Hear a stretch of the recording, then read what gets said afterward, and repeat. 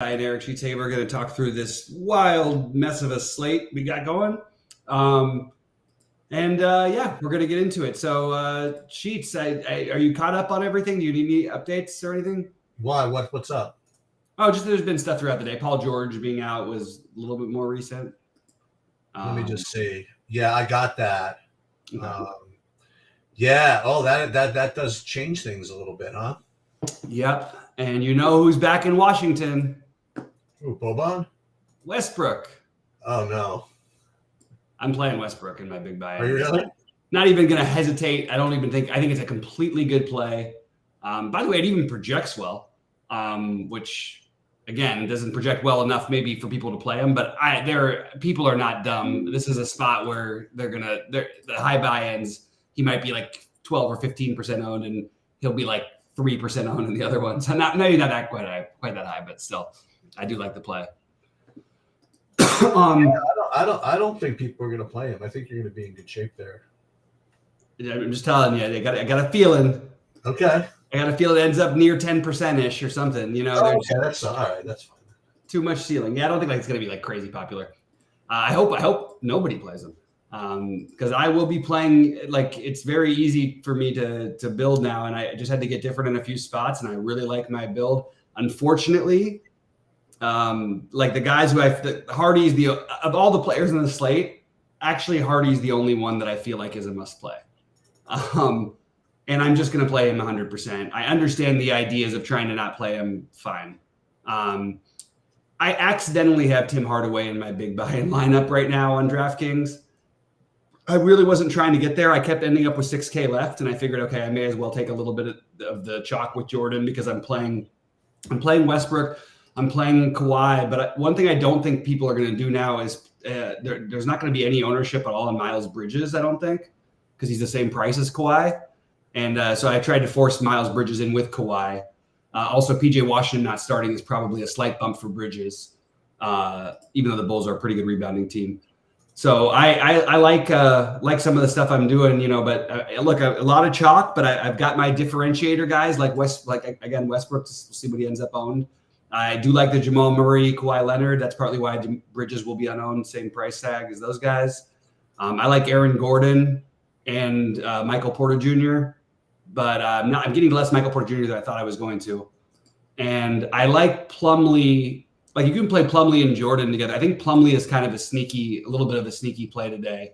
Washington's just so bad on the inside. He could just find his way to one of those weird, like 35 games and maybe just outdo Jordan by a lot. Anyway, there were two questionables that I wonder if we know about. Jared Allen was questionable as of like an hour ago. Yeah, we'll see. Don't know, don't care. Personally, and also Mike Conley was questionable. It depends on if somebody else starts. I don't think that would happen, but if they got a weird starting lineup, maybe I would consider it. Mike Conley, again, don't care, but don't know. Okay. We're just used to the same, you know, everybody's priced. Mike Conley, without him, the only play that I would like, again, I'll say the same thing every day, Naz Reid for tournaments, but very long shot tournament play that same price as the other guys. So, you know, here's another guy who is showing up, just throw him out there, in these builds that I just can't imagine him being somebody I really want a lot of. That would be Lonnie Walker. Yeah, so I get, like, it's just a huge, like, could be anything with him. You know what I mean? He's going to have plenty of sub 10 fantasy point games because really he's mostly a scorer. They have a lot of healthy guys. I think it's like too high ownership at where it's at, but the ceiling is so high that it's definitely okay to me. I don't think I'd want to be like above 20%, but I do think it makes some sense. I just didn't get to that myself. Yeah. It's also a later game. You never know. You might get some other weird thing that happens, you know, I don't know. Yeah. But that's interesting. The Westbrook play though. I didn't think about that. It's a good play. I don't even think, like, again, forget my bias or whatever anybody says. I don't recommend Westbrook every night. And when I do, I usually have, I think, a pretty good reason. And this feels like a really good spot, like for him to get some extra run with no Paul George. He's already gotten a little bit more run without Zubac, and even in the games with Paul George playing, like, I mean, he still has 3 games over 32 in those last 5. You know what I mean? And he's 5,700, and that's with Paul George. Without him, it's hard to argue that he doesn't have a 50-plus ceiling at 5,700. What was I going to say? Question was Kawhi and George. Excuse me, Kawhi and Harden. You wouldn't play them together, would you? I think it's fine tonight. Yeah, against Washington. Yeah, I actually don't mind that if you find them as your 2 spend-ups. I don't mind them and Plumlee. Like, I actually think that if that game stays close, like, you could see. I mean, it almost makes me want to think about people on Washington, which I really don't want to do. But I could see those guys going off. I could actually see all 3 of them getting there. It's just they're so bad defensively in Washington.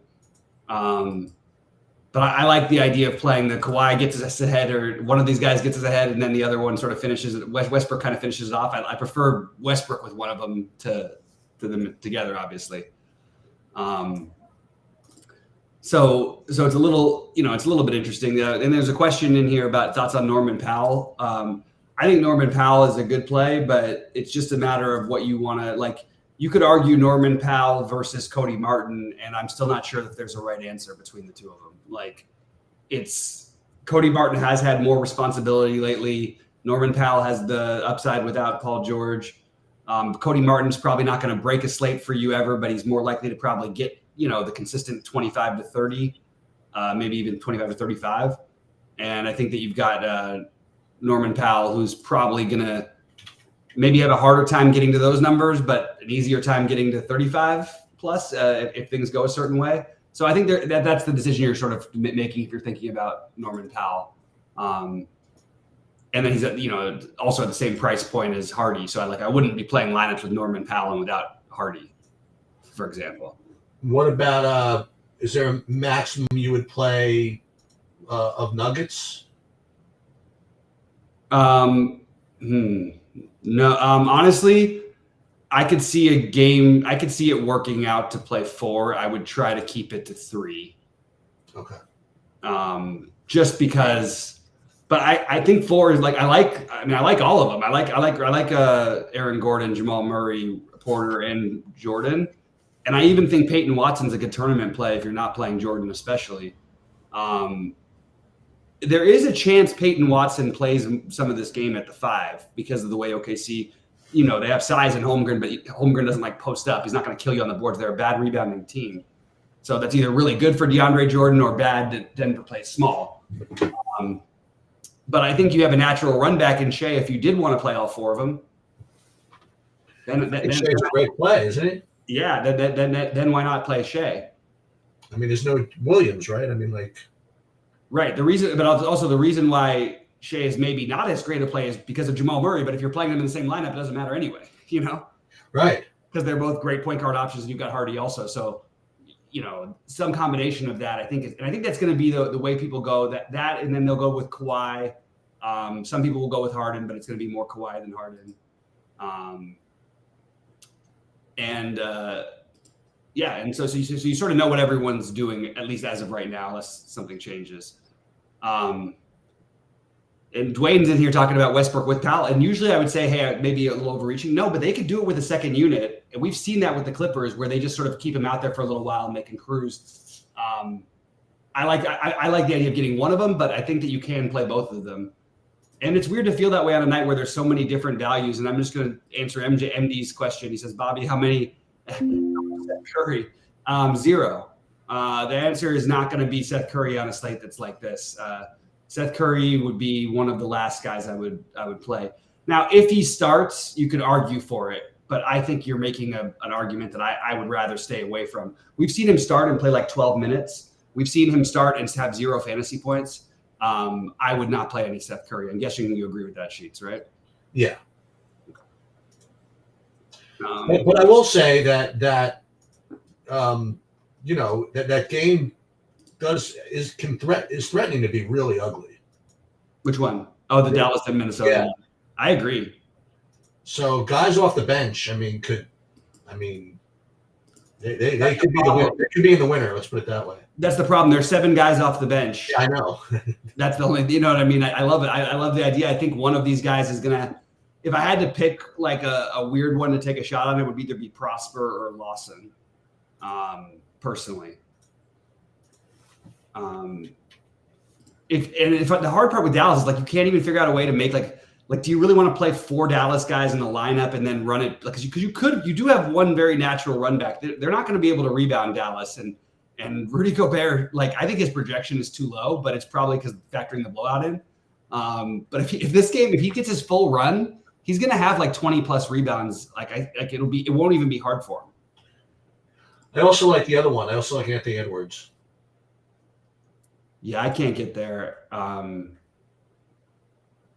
Just because I feel like he's a win they need it guy a lot of the time. He's actually getting some ownership, which I'm a little surprised. I just way prefer the Harden, Kawhi. I prefer Mikal Bridges a lot. Miles Bridges, I mean. Everybody's loving the SGA with the run back of Dallas. Go ahead. I think it's a good idea. And I actually think that's the way you can play for. And Scott's asking a good question. I was talking to Scott about his lineups earlier. Should you worry about a run back with 3 Nuggets? I don't think you have to worry if you're running 3 Nuggets, but that's if one of them is the value of either Nnaji or DeAndre Jordan. I think if you're playing Porter, if you're somehow for some reason you're playing Porter, Gordon, and Jamal Murray, that's when I would look for a run back probably. But I don't think it's 100% necessary.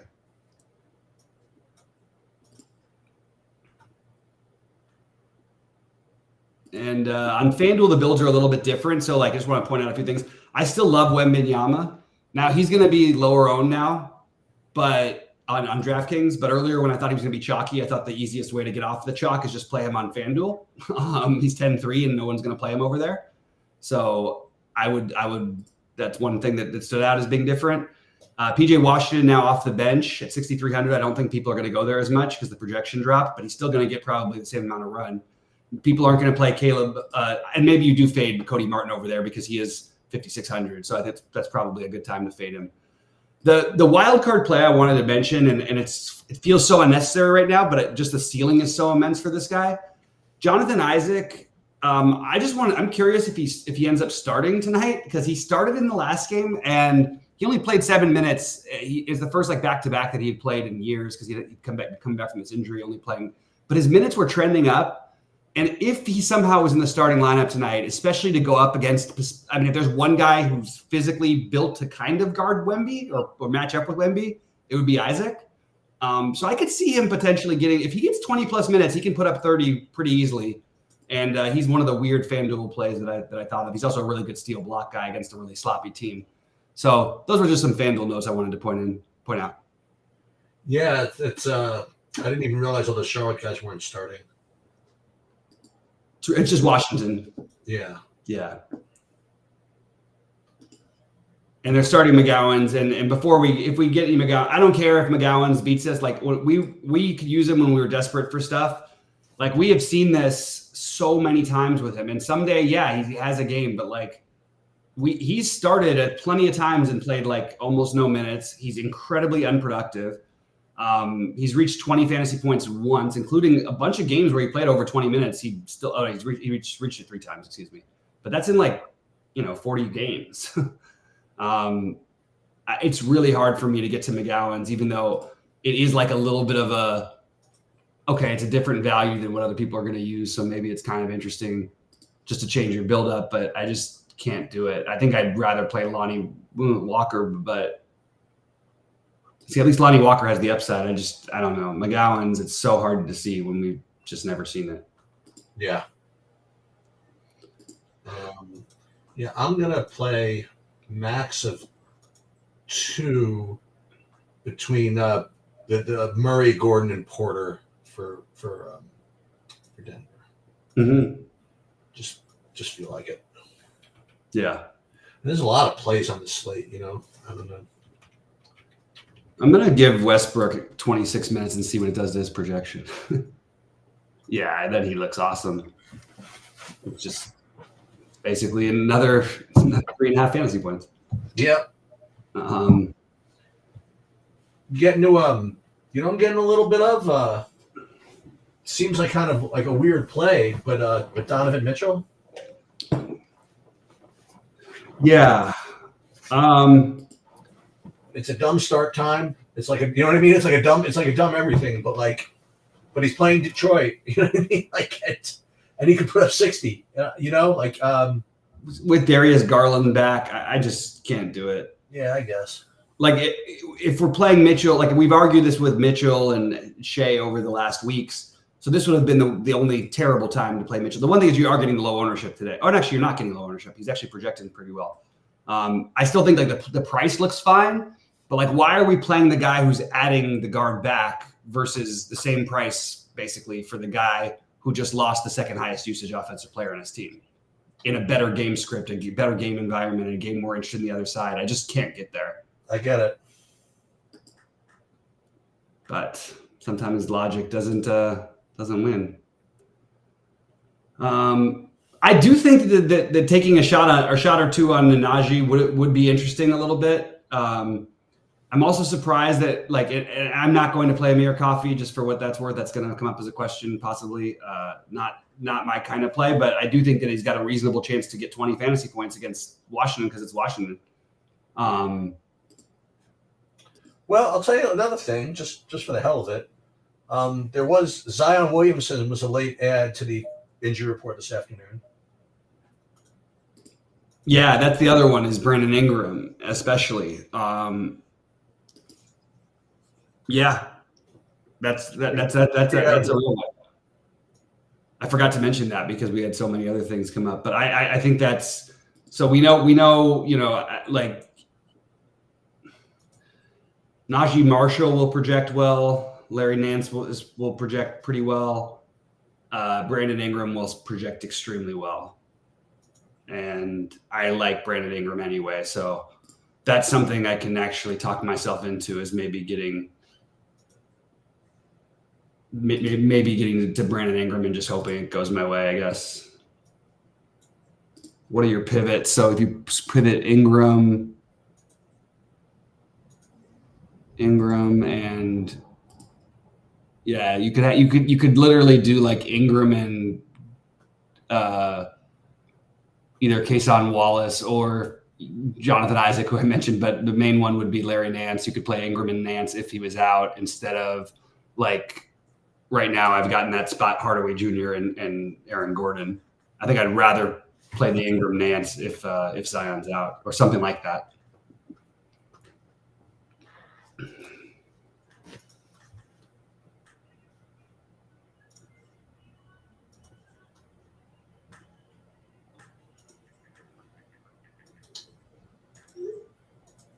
Okay. Well, if I don't play, what's Mitchell's price on DraftKings? He's 98, maybe 96.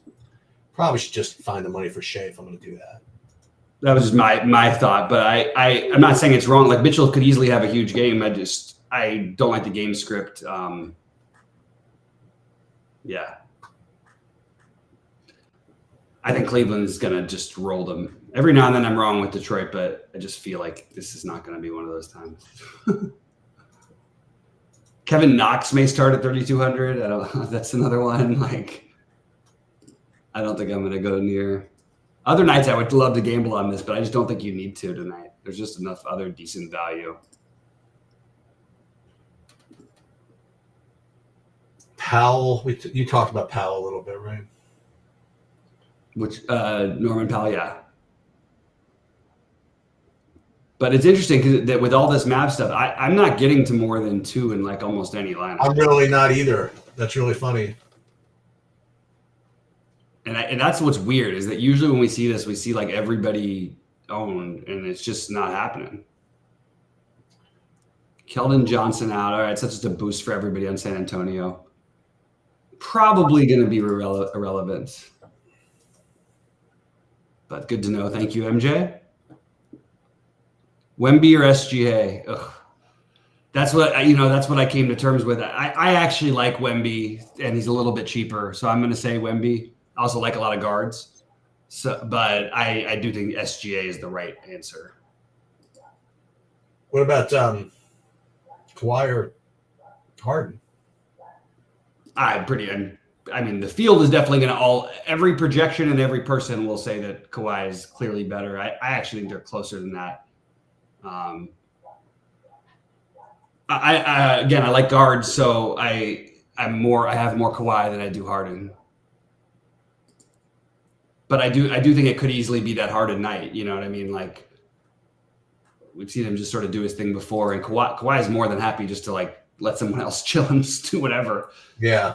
And I usually like to play Kawhi in the tighter games, but I do still really like him today. I think he's just going to get there by accident even.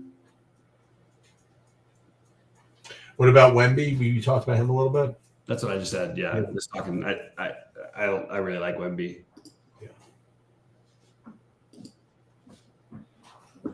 And it's interesting because, like, again, nobody's going to play him on FanDuel. So just that 10-3 might be sticker shock, but he can definitely get there.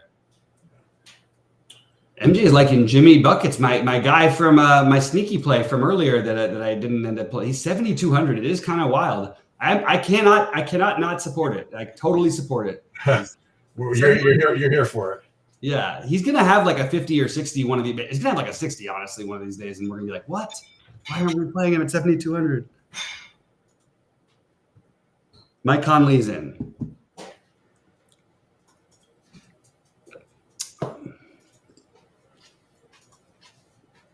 Man, this Lonnie Walker projection seems very ambitious to me. I guess if it mediums out when the guy scores 35 fantasy points or 7, it still equals out to 22.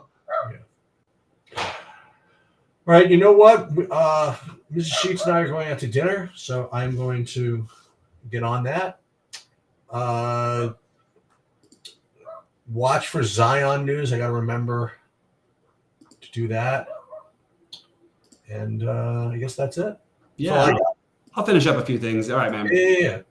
Have a good dinner and good luck tonight. Jimmy asking about Bridges versus Phoenix Revenge. Revenge is just a word that we got to use for certain things. I don't know. I guess in Phoenix I would take that shot maybe with Mikal Bridges, but I actually think he's a fine play separately. But if you're going to find the revenge narrative, I guess it would be Kevin Durant. Although I don't really know who he's getting revenge on. There's a lot of people for him to get revenge on. What's that? There's a lot of people for him to revenge on. He created all. Yeah, I know. Exactly. He's getting revenge against himself, I think. Yeah. All right, I'm going to get out of here. All right, man. Yeah, Mark, I hear you. There's a lot of lineups that I really liked my builds today, and it's unfortunate to me that I'm playing the chalky DeAndre Jordan because I have a couple low-owned pieces to go with it. But I if there was like another, I almost talked myself into trying to get up to Plumlee and changing another thing just to try and get way off. But I don't think I'm going to go too much. So anyway, yeah, I hear you, Mark. It's a night where it feels like multi-entering would be a lot more fun. I'm actually not playing a crazy amount myself because I got plans this evening, but I'm going to say good luck to you guys. I'm going to be in the Discord for all the premium members. Anybody has any questions, thoughts, ideas, issues with the site or anything, let us know. Otherwise, please click the like on your way out. And thanks as always for being a part of TrueDFS. Good luck, guys.